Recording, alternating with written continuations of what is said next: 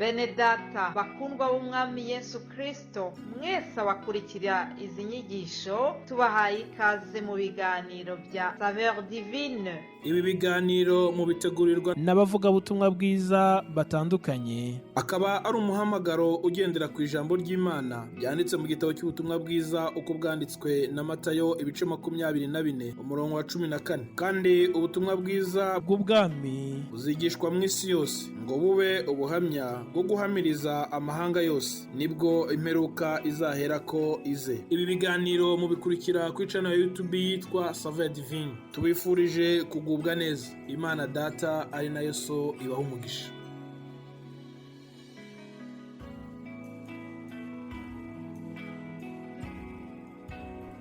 Yesu ashimwe bakundwa nshuti z'umusaraba, ndabaramukije mwese abumva iki kiganiro Saveur Divine.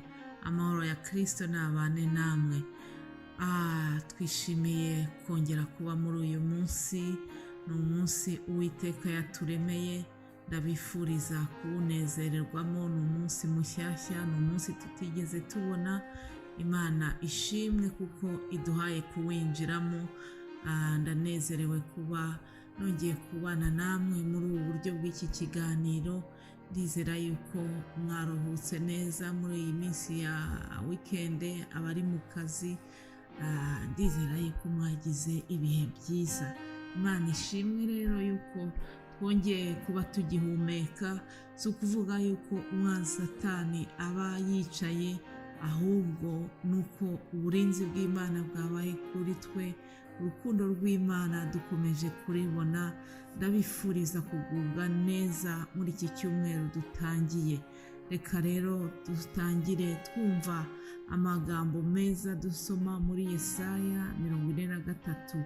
Yesaya 43 turasoma ku murongo wa mbere tugeze ku murongo wa 5.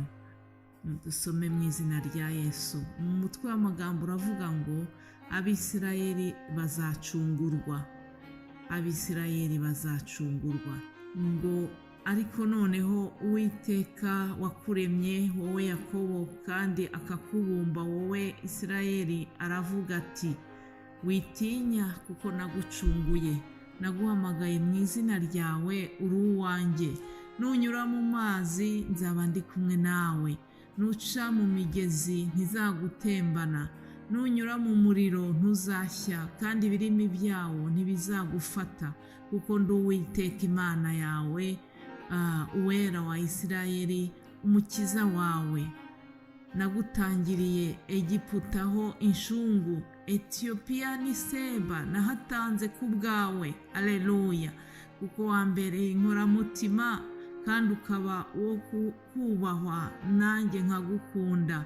Nicyo kizatuma nanga ingabo zigapfa ku bwawe, n'amahanga nkayatangirira ubugingo bwawe. Ntutinye, ndi kumwe nawe. Nzazana urubyaro rwawe dukure iburasirazuba, nzagukoranya gukure iburengerazuba. Imana ishimwe cyane. Aleluya. Aya ni amasezerano meza Uwiteka Wera wa Isirayeli yahaye ubwoko bwe.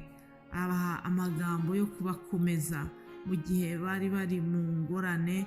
Araza ababwira aya magambo anyuze mu kanwa k'umuhanuzi Yesaya. Aleluya. Uyu munsi ndagira ngo nkubwire ngo natwe mu buryo bw'umwuka twabaye Yakobo. Mu buryo bw'umwuka ni twebwe tubwirwa. Ariko noneho Uwiteka wakuremye wowe unyumva kandi akakubumba wowe Nadine, wowe Pauline, wowe Eric, witinya kuko nagucunguye. Naguhamagaye mu izina ryawe, uri uwanjye. Aleluya. Ndashima Imana yuko yampamagaye mu izina ryanjye. Ndashima Imana yuko inzi izina. Hari igihe tuba turi mu mirimo dukora, tukaba turi kuri liste y'abakozi, turi aho ngaho, turi nimero gusa, ariko wenda na minisiteri udukoresha ikaba itatuzi rwose. ariko ndashima Imana, nejejwe nuko iyi Mana yacu ituzi, buri wese imuzi izina. Iyi ni inkuru nziza ni ukuri yo gutangirana iki cyumweru. Imana yacu iratuzi, Imana yacu izi aho dutuye, Imana yacu izi ibyo dukeneye, izi ibyo dutekereza, izi ibyo twibwira, izi byose. Yewe ijambo rimwe ryaravuze ngo izi n'imisatsi iri ku mitwe yacu. Uribaza, Imana iratangaje, irakuzi neza ku buryo izi n'umubare w'imisatsi iri ku mutwe wawe. Hanyuma rero si ukutumenya gusa, ahubwo idufitiye n'imigambi myiza. Ku murongo wa 2 iduhaye isezerano rivuga ngo nunyura mu mazi nzaba ndi kumwe nawe. Amazi ni ukuvuga ingorane, ibibazo binyuranye ushobora kunyuramo, ariko Uwiteka Imana yongeye kuza kugusezeranya muri iki gitondo gitangira icyumweru. Irakubwiye ngo nunyura mu mazi nzaba ndi kumwe nawe, nuca mu migezi ntizagutembana. Haleluya. Nabonye Imana inyura igumana nanjye. Naciye mu mazi y'uburyo bwinshi, naciye mu migezi yashoboraga kuntembana.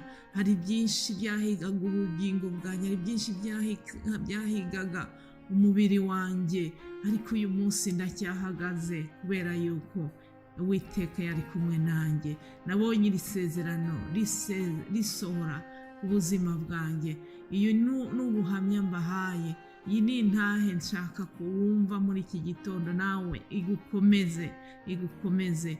Nunyura mu muriro ntabwo uzashya. Nshuti zanjye, nanyuze mu muriro w'uburyo bwinshi, ariko Imana iracyandinze, ntabwo nahiye. Urumva yuko mvuga nk'umuntu muzima. Haleluya. Ariko Satani ntabwo ari byo yari yagambiriye. Ndashima Yesu, ndashima Uwiteka yuko agendanye natwe, akigendanye nanjye. Nawe unyumva, ni ukuri ntiwabura ikintu cyatuma ushima Imana.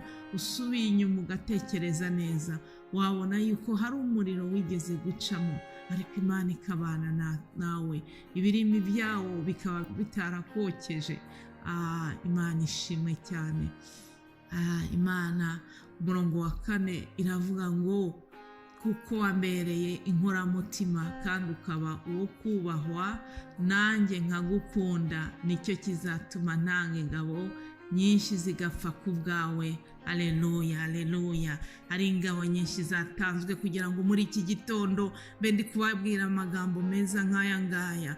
Hari byinshi Imana yakuyeho, hari ibitambo byatanzwe kugira ngo tubeho.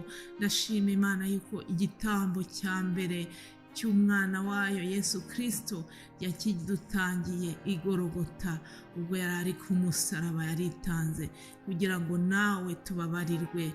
Imana ishimwe cyane. Yari amagambo meza yo gutangira iki cyumweru. Ndongera kubabwira ngo nimutinye, kuko Imana yacu iri kumwe natwe. Mu bikomeye byose munyuramo nimuhumure, mu bibabaje byose muhunyuramo nimwongere, mureke twongere twizere Imana yacu. Uko yabanye n'abatubanjirije, n'uyu munsi niko iri kumwe natwe. Ntidutinye rero, kuko duhagarikiwe n'intare yo mu muryango wa Yuda.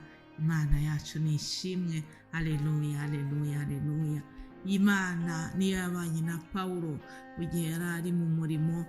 Hanyuma uburyo yagendanye na Pawulo nibyo nanone tugiye kurebaho, kandi akaba ari naryo jambo tuzagenderaho muri iki cyumweru. Ijambo rivuga ngo ntidutinye, kuko Imana yacu iri kumwe natwe. Siritu iyo turi mu murimo wayo, iyo turi mu gikorwa cyayo, Imana nayo iba yiteguye kuza kuduherekeza no kudufasha mu byashobora kuduca intege byose. Iyi Mana iri kumwe natwe. Reka dusome ibyakozwe n'intumwa igice 18.